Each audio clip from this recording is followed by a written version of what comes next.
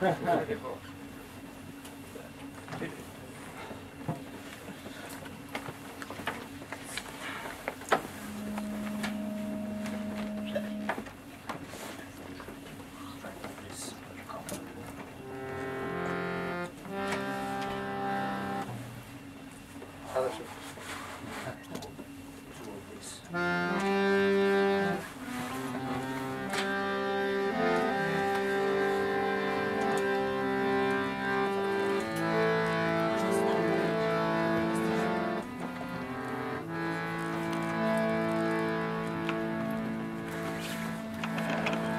evening. How's everybody doing? Nice to see you all here. Thank you so much for this invitation to come and speak with you this evening, especially with my dear old buddy, Niranjan Swami. This is great. Spasiba Bolshoi. Shall we start with a little kirtan? Okay.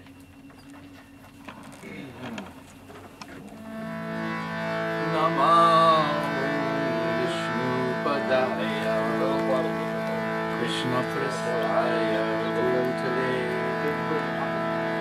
Srimate Bhakti Vedanta Swami Tina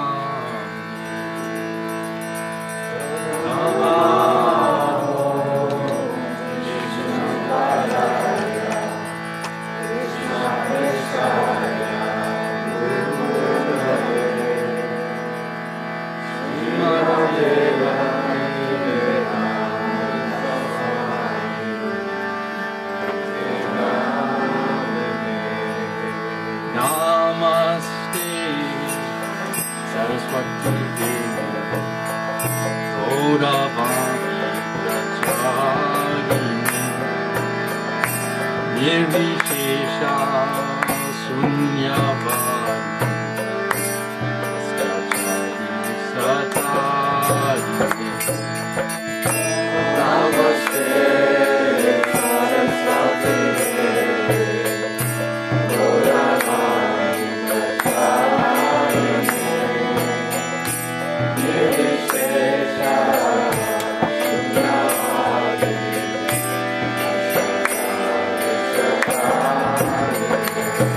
Sunyavadi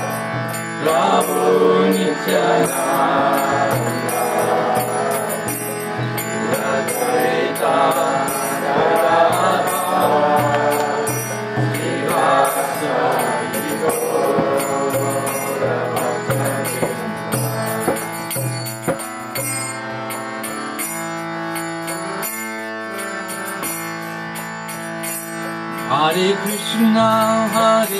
Krishna, Krishna Krishna, Hare Hare,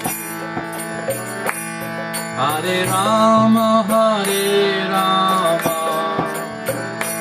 Rama Rama, Hare Hare, Hare Krishna, Krishna Krishna, Hare Hare Rama, Rama Rama, Hare Hare, Hare Krishna, Krishna Krishna, Hare Hare Rama, Rama Rama, Hare Hare, Hare Krishna, Krishna Krishna, Hare Hare, Hare Rama,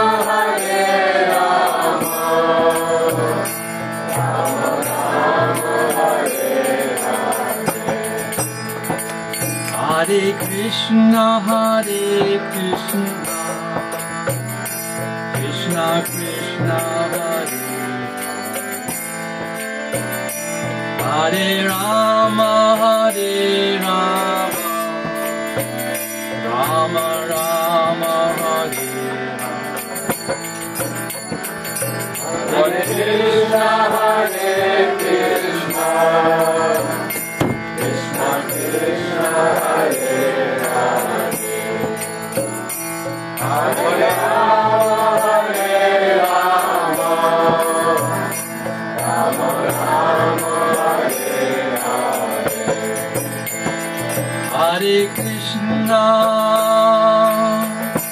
Hare Krishna,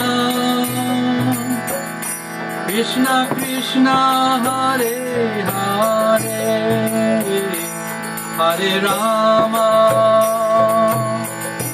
Hare Rama, Rama Rama, Hare Hare,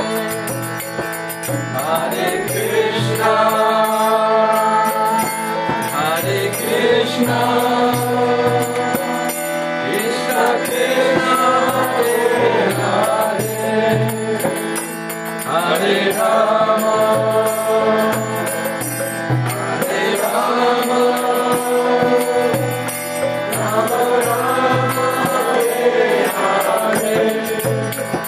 Hare Krishna, Krishna Krishna, Hare Rama, Rama Rama, Hare Krishna, Krishna Krishna, Hare Hare, Hare Rama, Rama Rama, Hare Hare Krishna, Krishna Krishna, Hare Hare, Hare Rama, Rama Rama,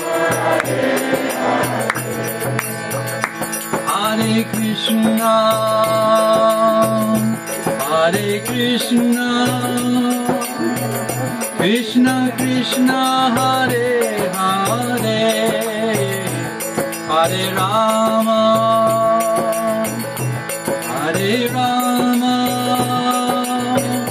Rama Rama, Hare Hare,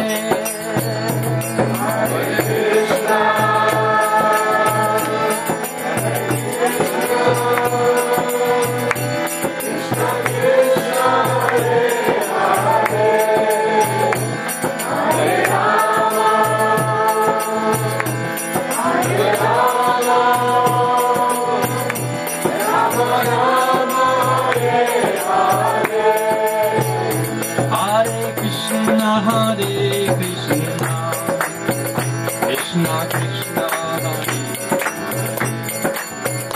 Hare Rama, Rama Rama, Hare Krishna,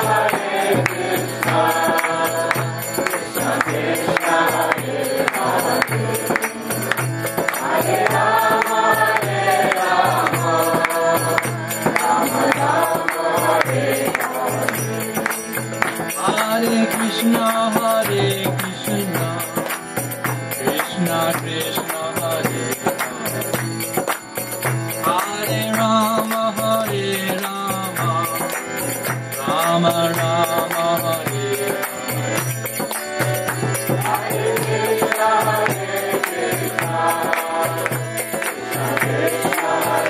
Krishna Krishna, Hare Rama, Rama Hare Krishna, Krishna Krishna, Hare Hare, Hare Rama, Rama Rama, Hare Hare, Hare Krishna, Krishna Krishna,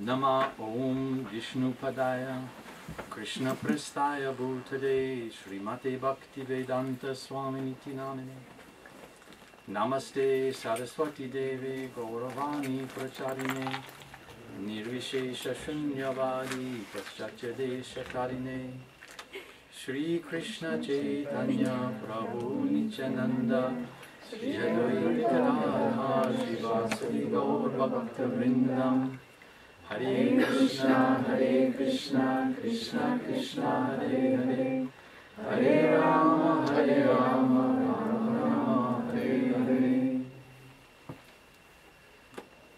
How many of you are here for the first time? Is there anyone who's never been here before? Yeah, but you've been everywhere else. So it doesn't count. How are you doing, Kate? Good to see you. Boy, I see a lot of old friends here. What's going on? Howdy. It's Old Timers Club tonight. Many of you I have never met before. Some of you I have. So allow me to introduce myself. My name is Yogesvara Das. My family members call me Joshua. My wife calls me Hey You. And my friends sometimes call me Yogi. So whatever is comfortable for you. What do you need to know about me? I'm 68 years old. I'm a New Yorker. Born and raised right here in New York. As a matter of fact, I was mentioning to Narendra Swami, my grandparents lived across the street. And when I was 4 years old, I used to look across into what became 26 2nd Avenue when I was 4 years old. So I met most of my life in New York. However, how many of you are from Russia? I understand there's a big Russian community here. Okay, so for work I took 13 trips to Moscow between 1989 and 95, in those very transitional years. So so this was a kind of exciting thing for me tonight to get to meet devotees from Russia. Nice to be here. As I was thinking about how to spend our time here, it occurred to me that I should probably just shut up and not say anything and just hear from you. I appreciate getting to know our spiritual family. This is family. You know, what Srila Prabhupada did, and I'm going to assume now that everyone knows who I'm talking about. And if you don't, please just raise your hand. If at any point I say something that you don't understand, you know, raise your hand or throw a cushion or something, and I'll explain it. Of the many gifts that Srila Prabhupada brought when he came here, the holy names, Prashadam, the amazing wisdom of the scriptures, perhaps the greatest is you. Sangha, a company of people on the same path to Krishna consciousness. That's arguably even more important than chanting. We say that chanting is the foundational practice in bhakti life. But if you don't have good sangha, if you don't have good company, you'll stop chanting eventually. So company is really the foundation. Good association, as we call it sometimes, is at the foundation of everything. So this is a real pleasure. First of all, meeting up with Niranjan again after, it's been a few years since we've seen each other. And so I want to get to know you better. And maybe if there's anything that I can say that would be of interest to you, rather than me guessing what that would be, I would much prefer, if you don't mind, with your permission, that you just raise your hand and say whatever you'd like to say. You can ask a question, you can offer a comment, some realization that you've had on your devotional path. So, you know, because I'm a yacker. I mean, I could sit up here for days and just get. But, so some of your options are, if you wanted to ask me a story about Srila Prabhupada, my great fortune was that I got to spend a lot of time with him. And those are treasures that, frankly, those memories have sustained me, I think, over the years. I would have perished without some of those memories. They really kept me going.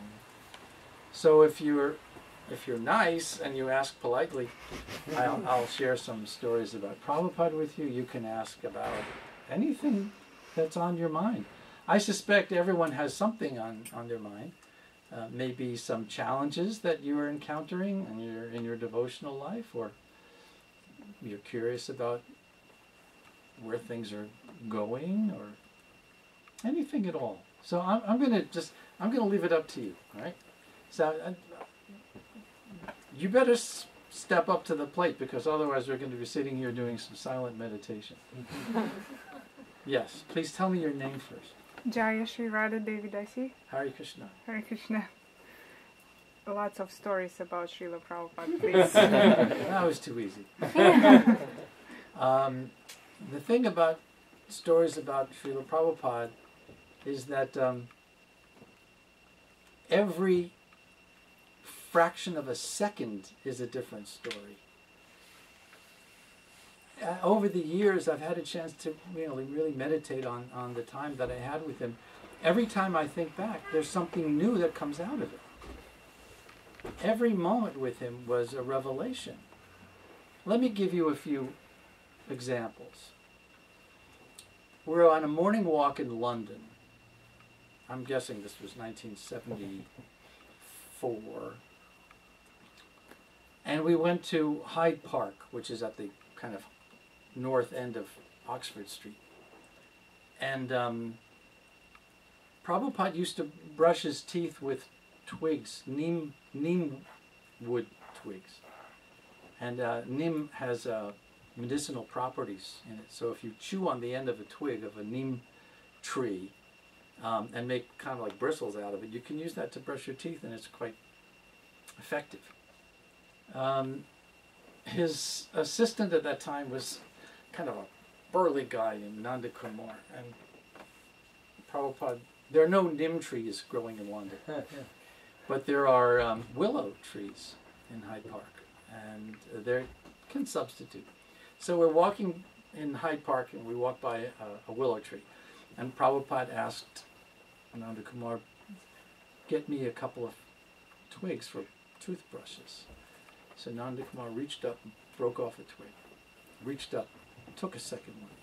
He was about to reach up and break off a third twig when Prabhupada put up his hand and said, no, don't disturb more than necessary.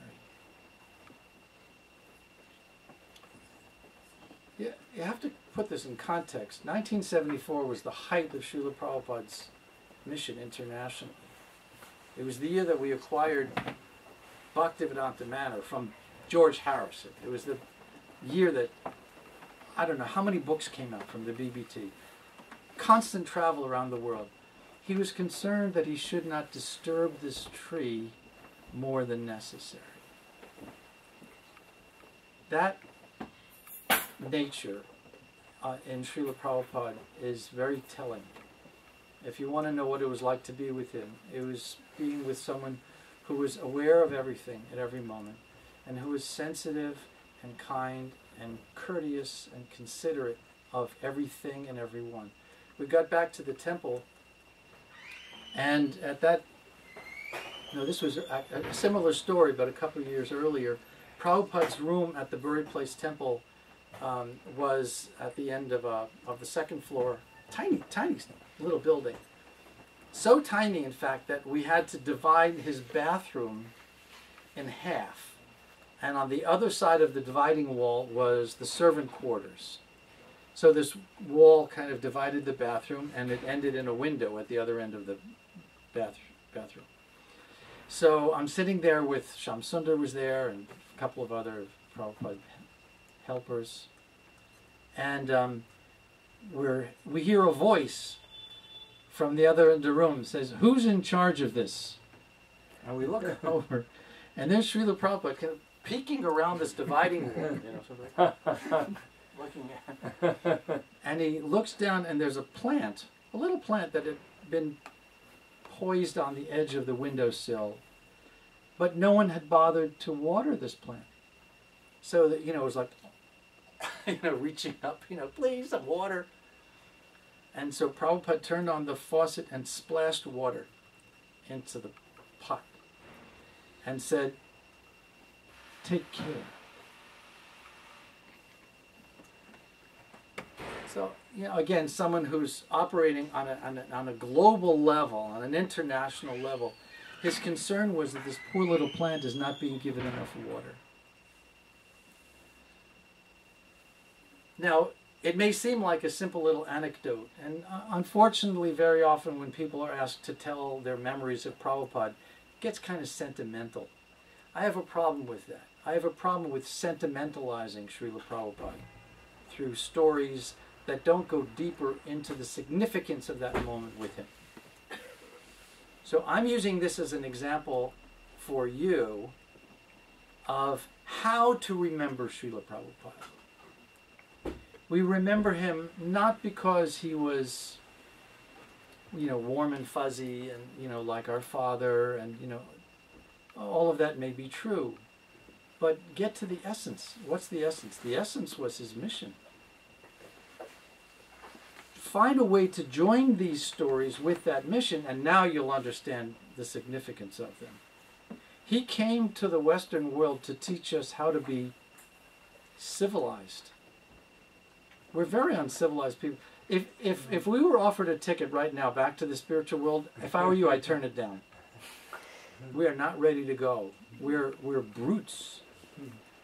We just don't have the refined character to live in that kind of an environment. We're a long way from that. So we have to learn first what are the protocols and the behavior and the nature of relationships on a spiritual level. They're very sophisticated and nuanced. Read Nectar of Devotion, and you'll get an idea of just how nuanced the relationships are between liberated souls. It's extraordinary. Prabhupada demonstrated that kind of elevated character, and it was reflected in little moments like this when he would care about a small plant or not disturbing a tree more than necessary. Is that okay? Can you tell more? Well, let me see if anyone else has something else they would like to ask. No, we can always tell more Prabhupada stories. That's it? That's all you got? One question?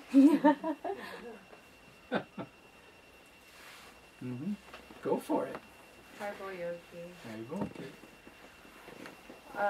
I guess I would just like to share a realization that I've been kind of dealing with over the last year. Sure. Or maybe even two, where I was talking to a friend at Govinda's in Philadelphia one day, and I was saying, it's really, Krishna consciousness is really a lovely thing, because when I think about it, all the things that I actually enjoyed in my material life, I've been able to dovetail, such as like making jewelry and I used to collect dolls, and you know, and then one day there'll be deity worship, and just all these little things that I just really love. And he said, yeah, it's almost like you've been being trained up your whole life for this.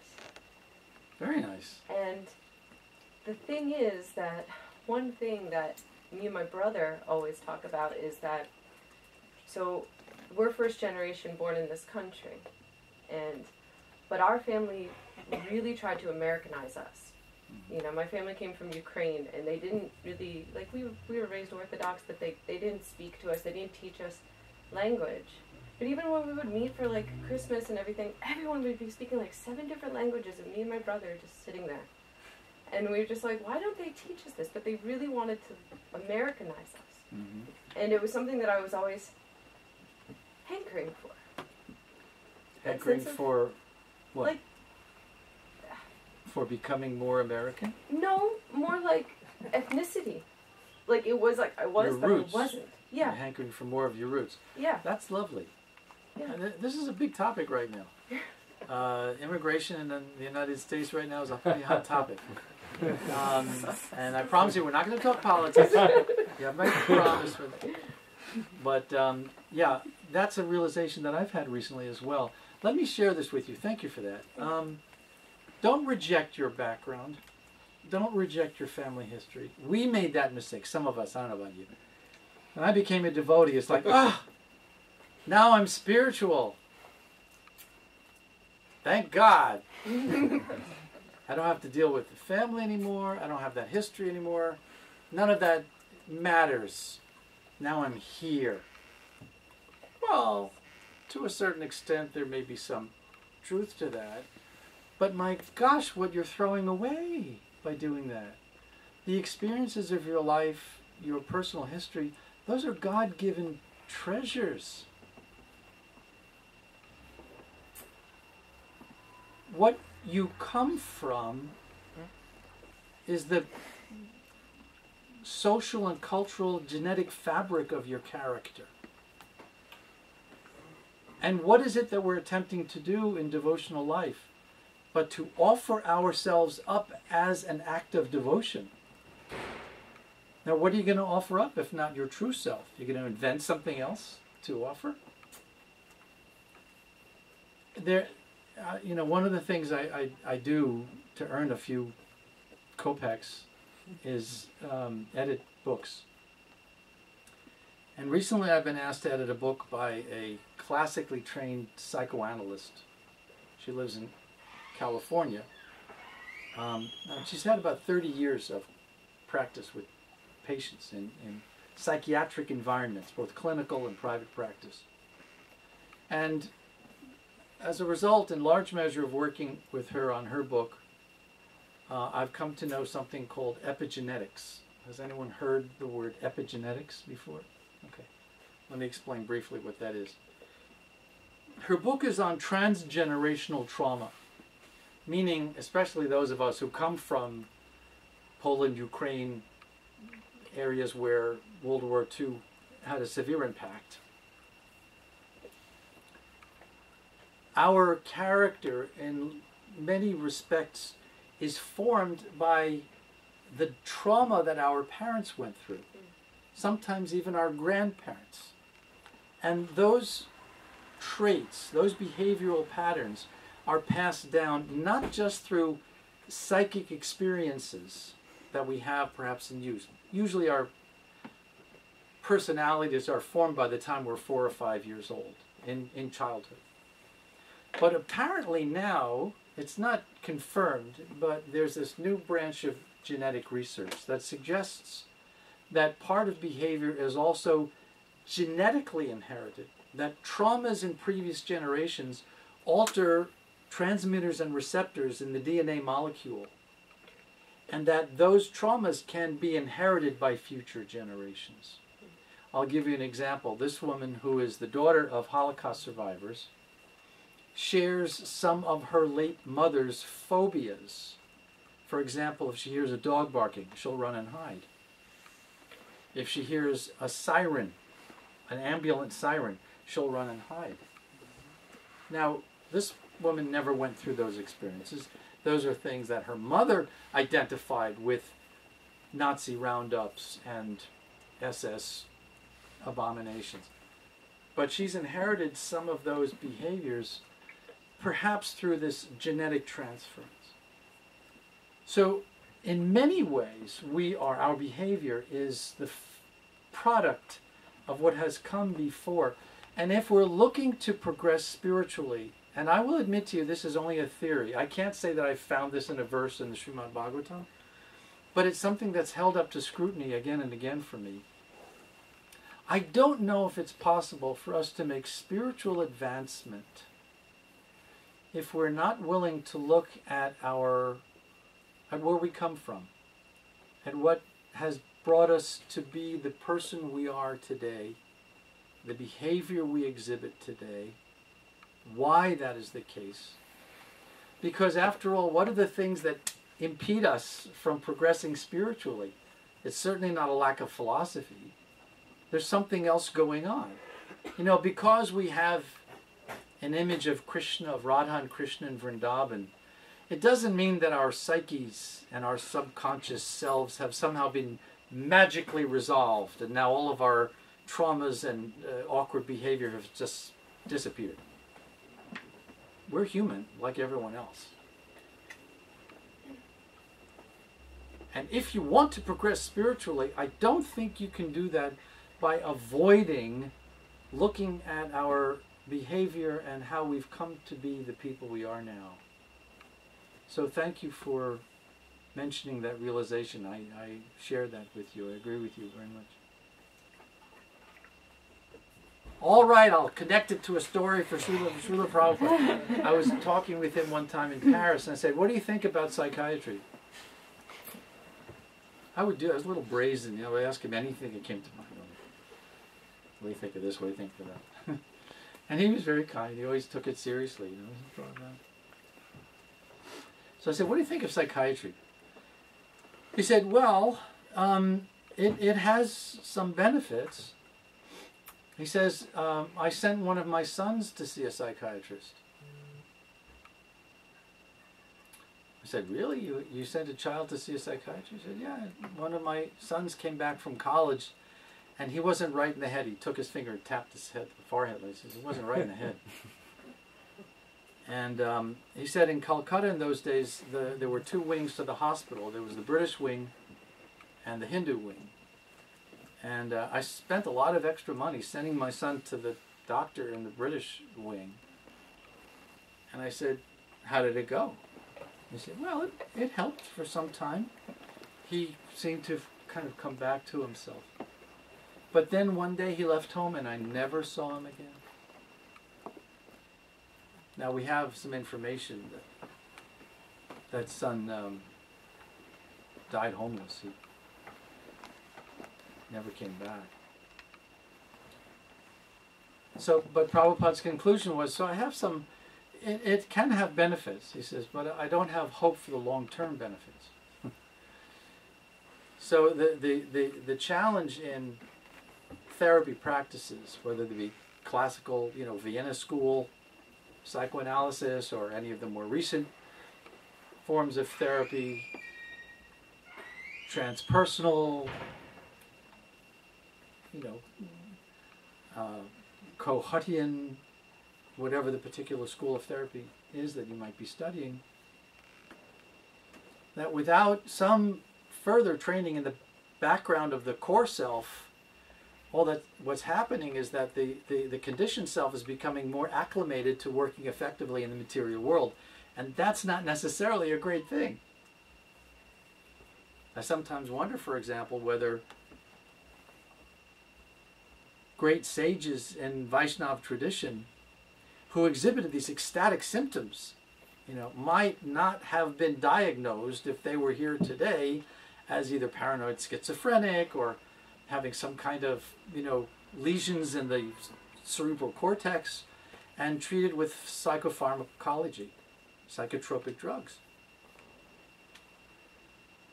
Because sometimes the ecstatic, Mahaprabhu Nityananda behaved like a madman. He'd be rolling on the ground, and, maybe we would have tried to use,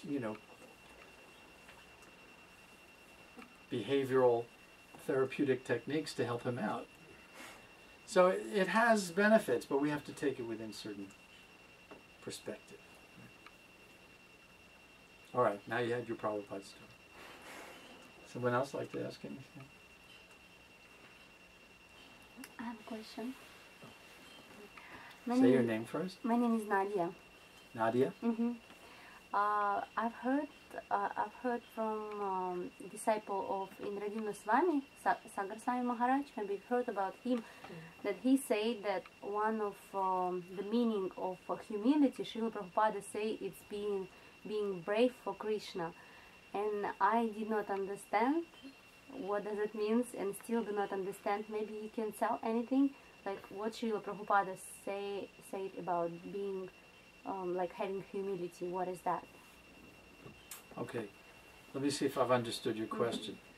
You're saying that a disciple of Indrajimna Swami described that Srila Prabhupada once defined humility as being brave? For Krishna. For Krishna. Yeah. That humility is being brave for Krishna. If you've heard this, or maybe if you can say anything. I can't say that I've heard it.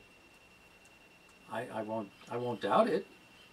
I can try to respond to it, but I didn't myself personally hear Prabhupada say it, but it's possible. So let's say, for the sake of discussion, that he did say that humility means being brave for Krishna. Well, a humble person is what by nature? A humble person is someone who doesn't want anything for himself or herself. They take a subservient position.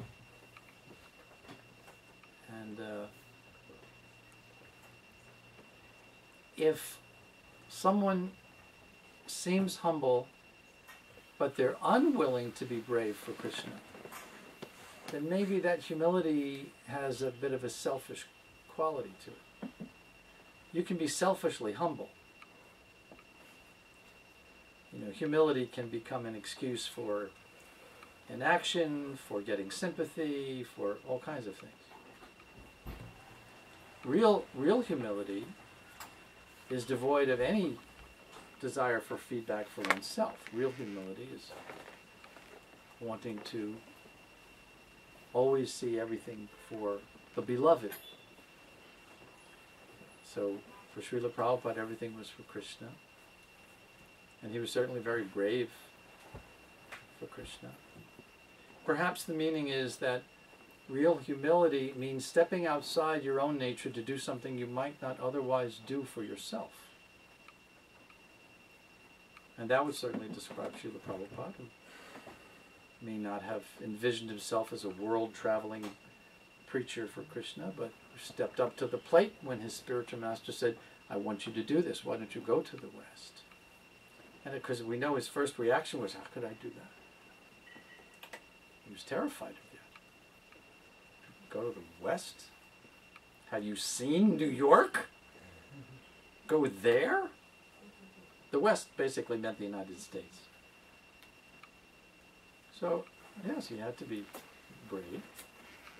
What do you think? I was thinking that quote Prabhupada said that the body should be a lamb at home and a lion on the chase. A lamb at home and a lion on the chase. Oh, I like that. A lamb at home and a lion on the chase. Yeah, Prabhupada said that. That's good. He was talking about devotees as preachers. Devotees as preachers. Yeah. A lamb at home and a lion on the chase. That's good. All right, so I promised, say, Radha? Jaya Shri Radhe. Jai Shri Radhe. I promised Jai Shri Radhe that I'd connect everything to a story about Srila Prabhupada. So here's a story about humility and Srila Prabhupada. Prabhupada, when he was being massaged, and massage for him was not an indulgence, it was a therapy that he needed to have. He'd gone through 2 strokes, and the doctors had recommended morning walks and massages. So it was a health issue for him. So he would be getting his massage, and very often he would like someone to read from his own books. And so whenever he was in Europe, that's something I would always elbow my way in, to be the one who was reading to him when he was getting a massage. And so once in Paris, I was reading from Chaitanya Charitamrita, and it was a section in Chaitanya Charitamrita that says, if you take this train to that station, then get off and walk 3 blocks, and then take a bus 2 stations, then you get off and walk 3 houses down, you'll see a footprint of Chaitanya Mahaprabhu. All this detail, I said, Srila Prabhupada, there's such immense detail that you've put into these purports. Why? Why was that necessary? He said, I wanted people to recognize that Krishna consciousness is substantial, that our tradition is substantial, that it has history, it has provenance. He didn't use that word, that it has history. And by adding all of these details of how embedded it is in the culture, that message was conveyed. At that moment, the person who was massaging him left the room, so I was left there with Srila Prabhupada alone. And I made a mistake.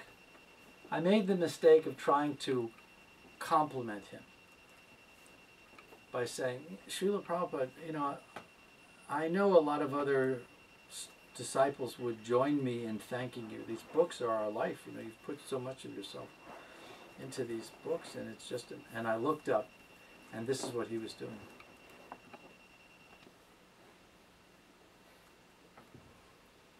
I had embarrassed him.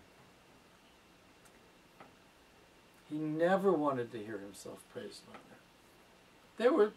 Well, let me take that back. There were times when Prabhupada was someone for everything. So there were times when he would encourage that because it was good for us, to offer him some service. But in that circumstance, he just did not wish to be praised at all. He did not see... I'll tell you another story about Prabhupada and humility.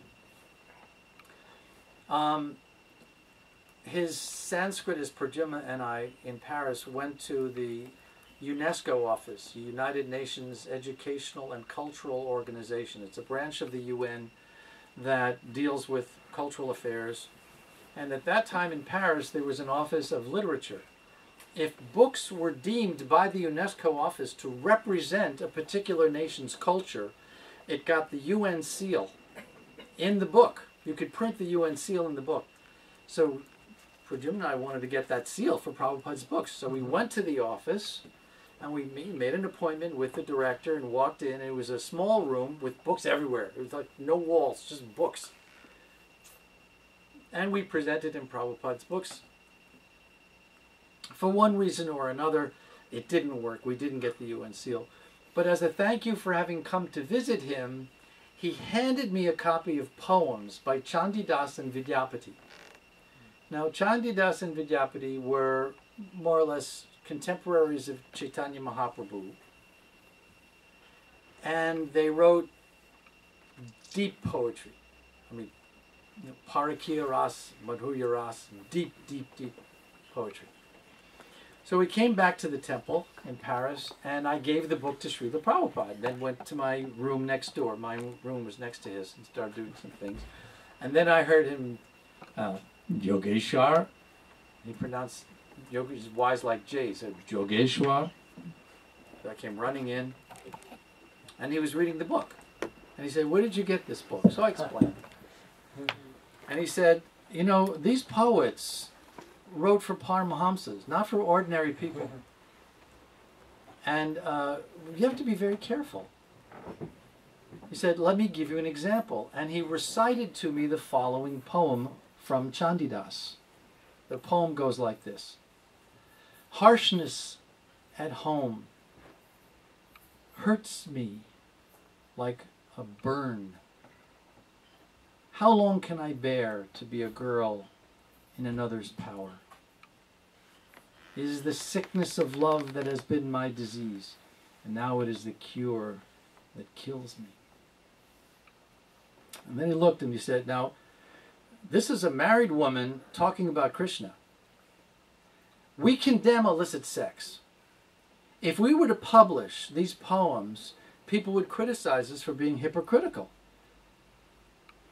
He said, my spiritual master, Srila Bhaktisiddhanta Saraswati Goswami Maharaj, went to his father, Srila Bhaktivinoda Thakur, with poems of Chandidas and Vidyapati, and said, Pita, I'd like to publish these poems.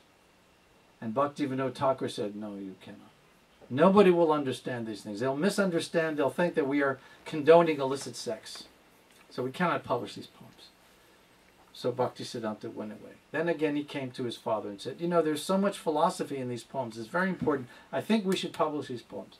Again Bhaktivinoda Thakur said, no, I don't think it's a good idea. And went away. A third time, Bhaktisiddhanta Saraswati came before his father, and finally Bhaktivinoda said, okay, you can publish. One copy for yourself. And then Prabhupada looked at me and he said, where are the great souls who can understand such poetry? And like an idiot, I jump in and said, there's only you, Srila Prabhupada. And again I got that. And he was really embarrassed. And he held up a hand like this. He said, I may not be so great. So he didn't see himself some great thing. That's humble. Here he is giving his life, sacrificing his life. And we talk about bravery. And yet he couldn't bear to hear compliments about himself.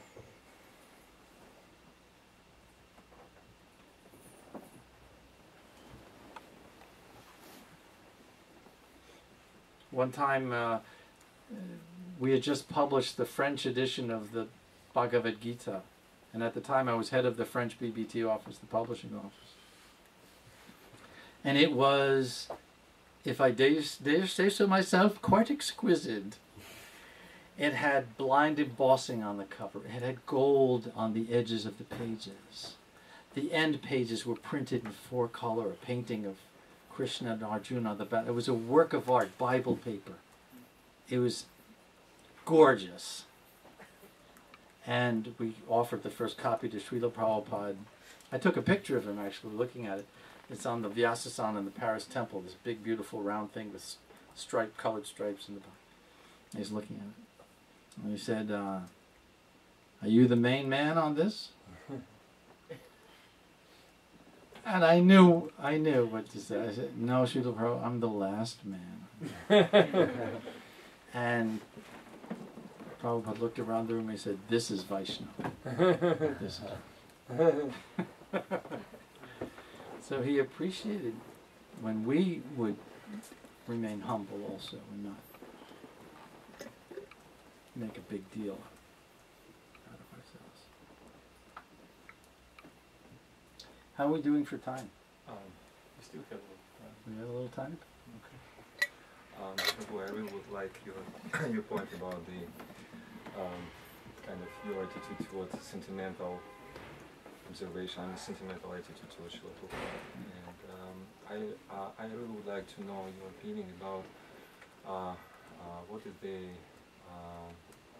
position or place of Vaishnava culture, Vaishnava message in the modern world, in terms of, the world is full of, especially modern world is full of all kind of messiahs and preachers and so many teachings.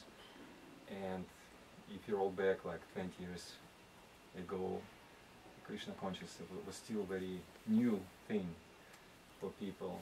And nowadays, people, they just say, if I have interest, I would find something. I would get back to you guys.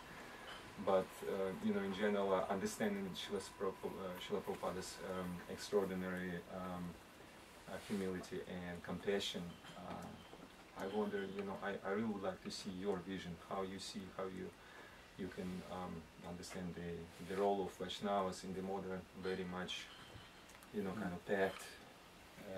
Did everybody hear the question? The question was, what do I see the place of Vaishnavism in the world today? I mean, as opposed to earlier when it was all very fresh and new.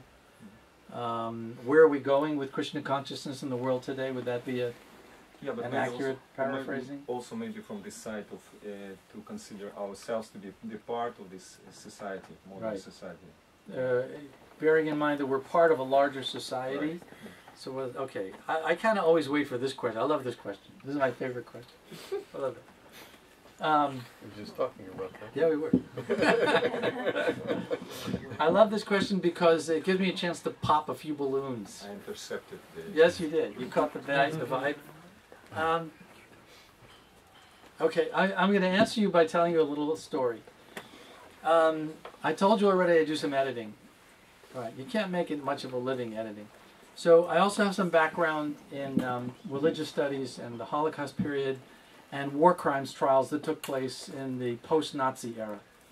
So in particular, there were a series of trials that took place south of Nuremberg. People have heard of the Nuremberg trials?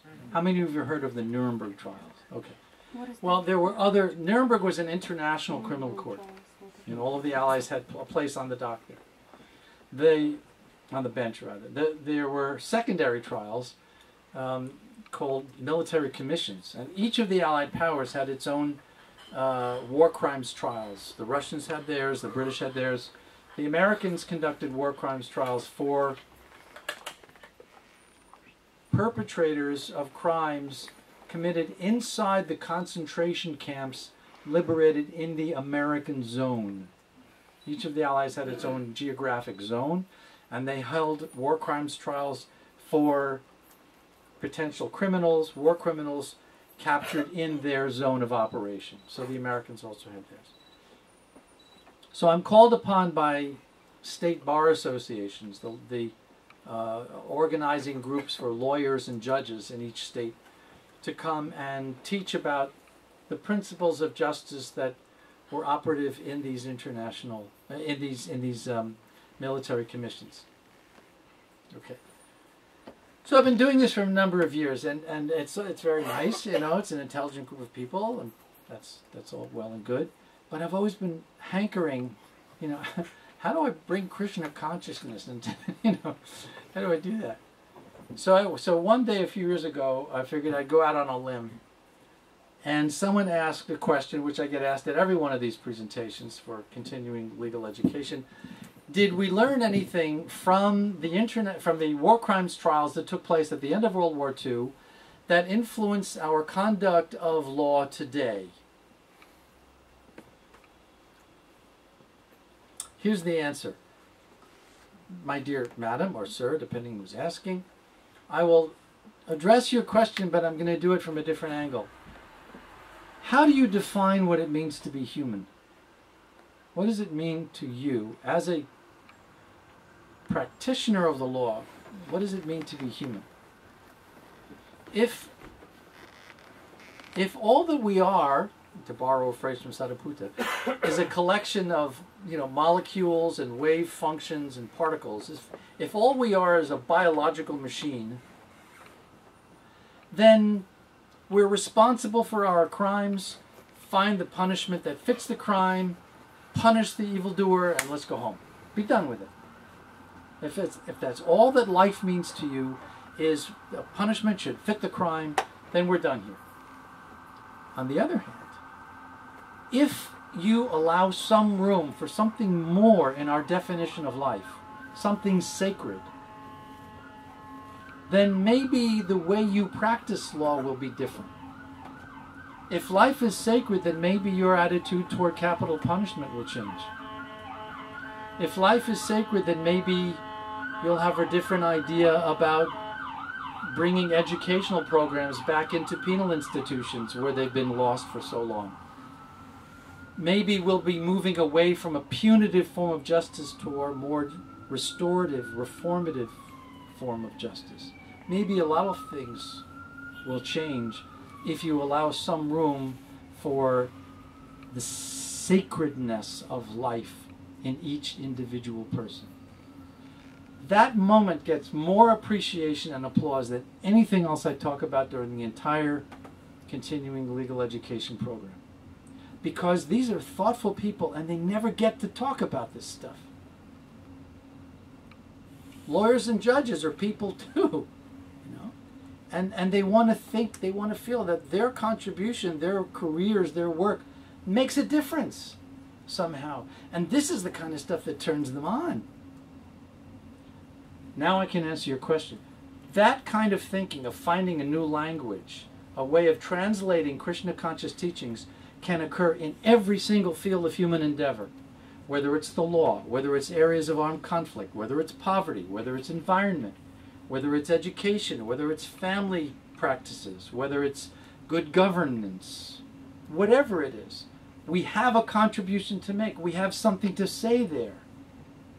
Our job is to find the vocabulary with which to convey that to people in particular arenas so that they recognize it, appreciate it, and want to know more. That's our job. In the 21st century, it's not enough just to chant Hare Krishna and distribute books. Those are the basics. They have to be there. I'm not saying anything bad about it. But if all you do is the basics, then you've missed the whole point of Srila Prabhupada's mission. The basics have to be there to maintain your Krishna consciousness. Watch your diet. Chant your rounds. Study the texts. Have your morning program. But if that's all you do, then that's a short and narrow vision of what Prabhupada came to achieve here.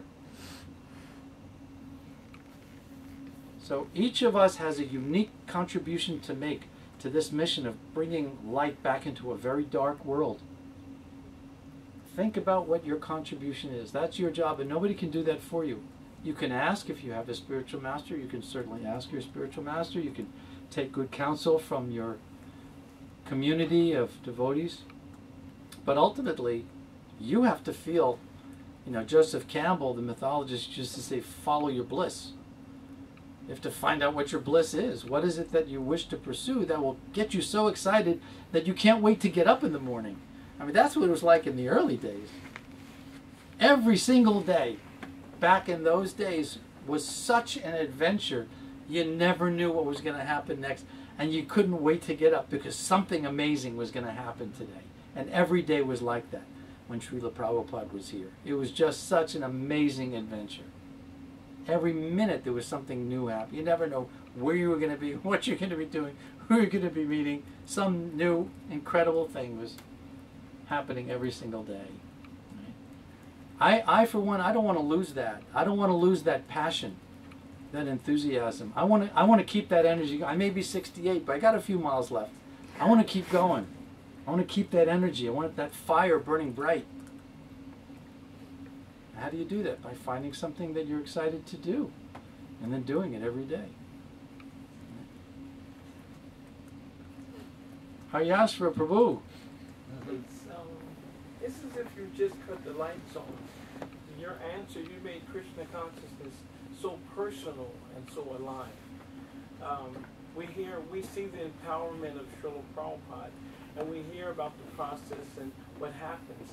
But you just took and turned it right back on the individual and said, if you take this to heart, then find your voice.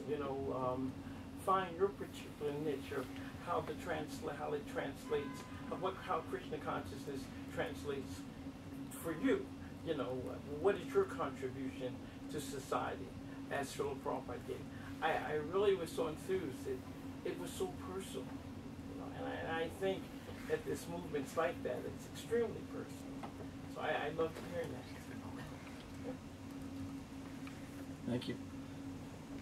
Those of us who have the fortune of been invited into Krishna consciousness live on the edge of a transcendental volcano that's ready to explode any minute. Things are not over. This is just getting started. We're just getting started. And the opportunities ahead are breathtaking. Just have to step up.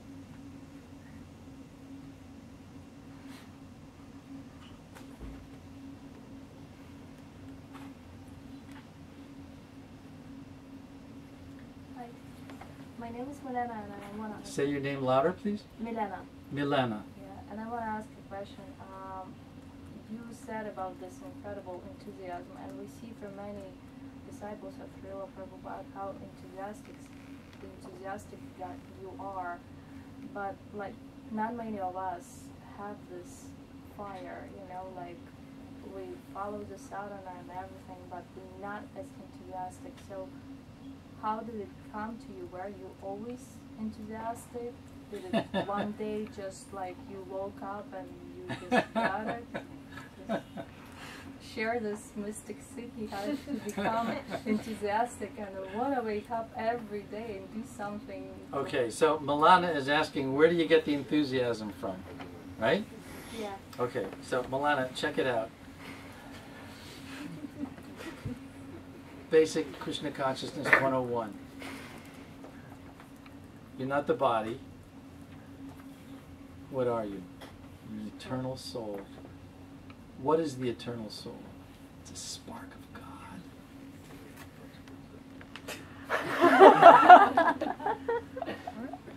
How powerful is the soul? More powerful than 10,000 suns.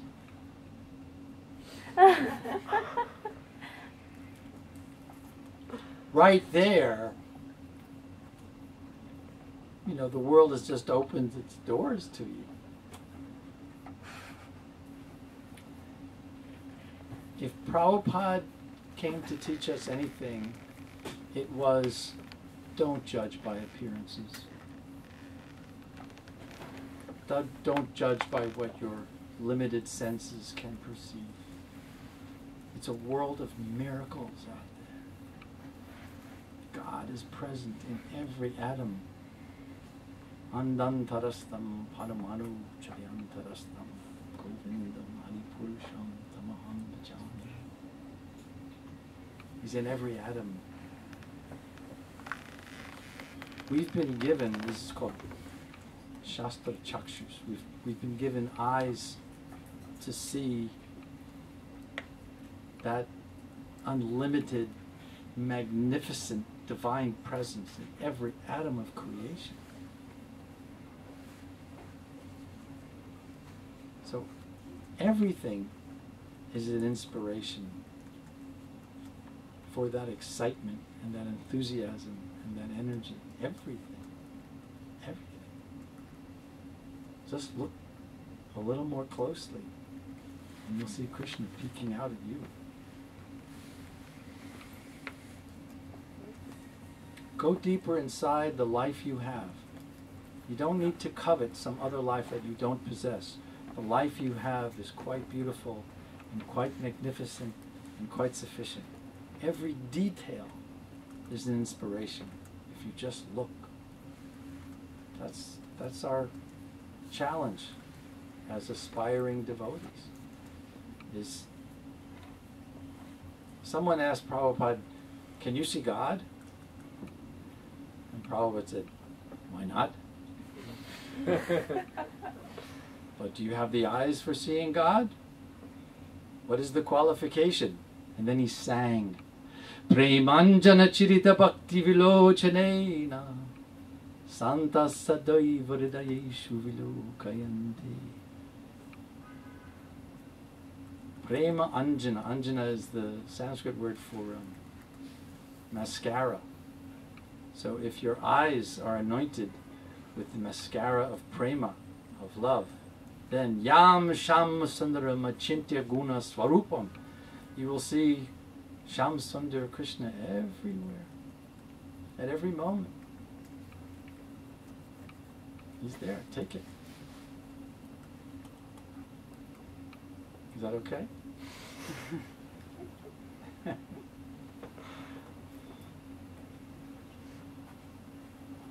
So? Any more questions? Maybe one, two more questions. Maybe not last question. One last question. You have lots of questions. I just wanted to ask, maybe Maharaj will share some of his memories about Srila Prabhupada too. Sure. No. This is, I'm coming in 2 weeks. I'll speak. Because I never heard any of your memories about Srila Prabhupada, and it's very, very... Well, when you speak, I'll come back too. I want to hear his memories.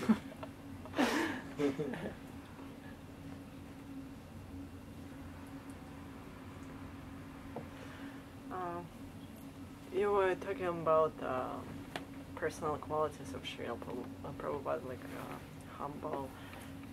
Is there any qualities that is the most important, like significant, you got inspired the most for you? Is there any particular quality of Srila Prabhupada that I found personally inspiring? Is that the question? Significant, most important for you. Well, it was awfully magnanimous picking me up as a disciple. That was a pretty outstanding quality. That's a trick question. How do you elevate one quality over all the others? I guess because I'm one of those very privileged individuals who had a lot of time with him, you know, I would answer that from my experiences in his association, in his company.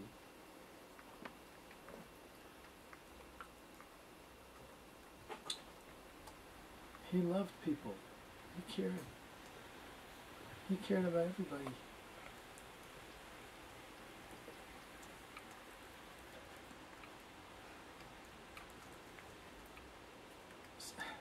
We come out of these unusual times. There was one man who came to see him in Paris who had some knowledge of the Bhagavad Gita, and he's just standing up in Prabhupada's room like this. Prabhupada had been speaking with guests. He was saying this, and then he started talking Bhagavad Gita, and how we are all Krishna, blah, blah, blah, blah, blah, blah. I'm kind of like watching Srila Prabhupada waiting for the bomb to explode. And I was sitting there, listening. All this nice talking nonsense. It was embarrassing hearing this guy speak, and he was going on and on and on. And then finally he quoted a verse from the Gita. And Prabhupada went, "Yes, you have spoken very nicely." And then he picked up that verse and took the conversation in this other direction. And it was all now about how to understand Krishna. And we were mesmerized. We were breathless, speechless, watching how patiently he had been letting this idiot prattle on until finally he found a way to engage him. He found a way to win him over by offering a compliment. Yes, you've spoken. That's the perfect verse. You've said the right thing. And the whole and this man melted like butter. It was like, you know. Very often, you know, we humans, we're complicated creatures, and very often we behave in a way that's exactly the opposite of what we're actually looking to project.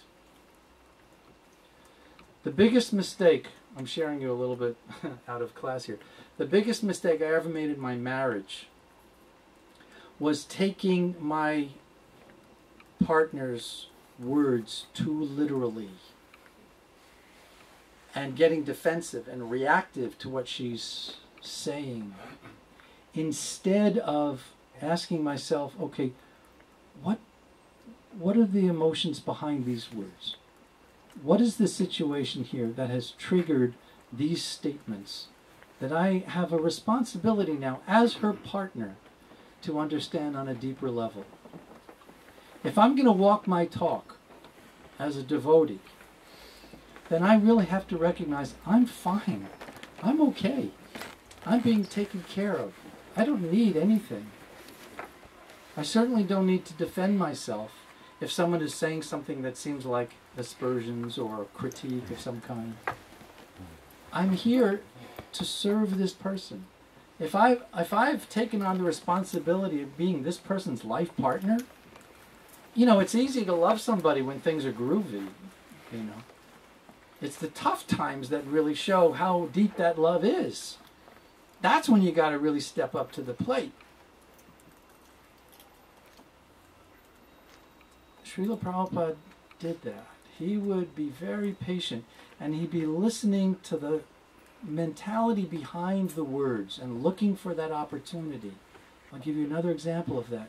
There was a man named Jean Herbert, big French scholar, Swiss scholar in Geneva, who had been to India and actually had met Bhaktisiddhanta Saraswati. This was back in the early 70s, when he came to see Prabhupada in Geneva. And Herbert had written a book, Krishna, the Divine Lover, or something like that. And in the book, everything was a metaphor. Krishna was a metaphor. The gopis were a metaphor. The dust raised by the hooves of the calves in Vrindavan was a metaphor. Everything was metaphorical. Nothing's real. Prabhupada had been reading his book a little bit before this man arrived, and Herbert came in, and he was a big, he was a big scholar, big guy. And sat down on a cushion in front of Prabhupada, and Prabhupada said, "Yes, thank you for coming. I've been reading your book." And this man looked at him and said, "Swamiji, you know how many years it took me to write that book? It took me 25 years to write that book." Prabhupada said, "Yes, and it still has mistakes." And he said, "Now, if you really want to understand Krishna, you should do like these boys and girls." And he pointed to us in the room. He said, "This is the age for enjoying these young people. But they've given that up to know Krishna." Herbert, "I could give up smoking and drinking if I wanted to. I don't want to." Prabhupada said, "Yes, therefore you have a long way to go on your spiritual path. But I will ask you to read this book." And he handed him a copy of Nectar of Devotion. He said, "This will give you some background." So they talked for a while, and then Herbert left. So we're sitting there waiting for the post-mortem. Let's go to the videotape, when Prabhupada would say, cha, cha, cha, cha. And Prabhupada wasn't saying anything. He was kind of looking at the book. So Guru Gauranga was there. He was the president of the Geneva Temple. He said, "He was a big demon, wasn't he, Prabhupada?" Prabhupada said, "No, because he spent time in India, he's been influenced by too much association with Mayavadis." Because this book was all Mayavadi ideas. He said, "But I've read in his book that he has mentioned Krishna's name many times. That will greatly benefit him."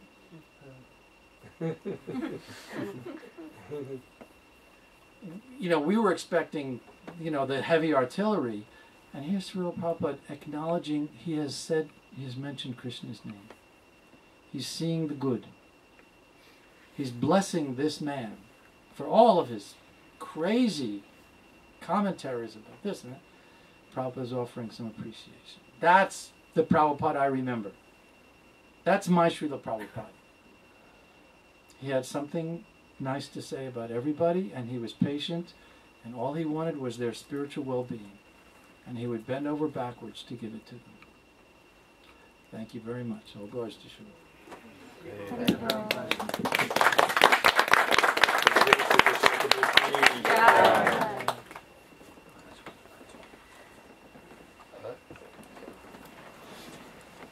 What now?